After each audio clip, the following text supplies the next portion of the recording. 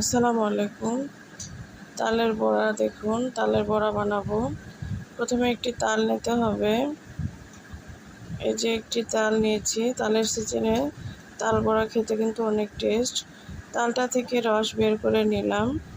তালের রসগুলোর সঙ্গে এখন আমি এখানে 1 বাটি চালের আটা মিক্সড করলাম, হাফ বাটির একটু কম ময়দা, 1 কাপ চিনি, হাফ চামচের একটু কম লবণ দিয়ে ভালোভাবে রসগুলোর সঙ্গে সব উপকরণ ভালোভাবে মিক্সড করে নিলাম।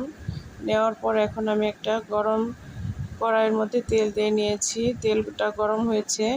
বড়ার আকারে এভাবে ছোট ছোট করে বড়া তৈরি করে নিতেছি। তালের সিজনে তালের বড়াগুলো আপনারা একবার হলেও খেয়ে দেখবেন। খেতে কিন্তু অনেক মজা এবং অনেক টেস্ট। আমার সঙ্গে থাক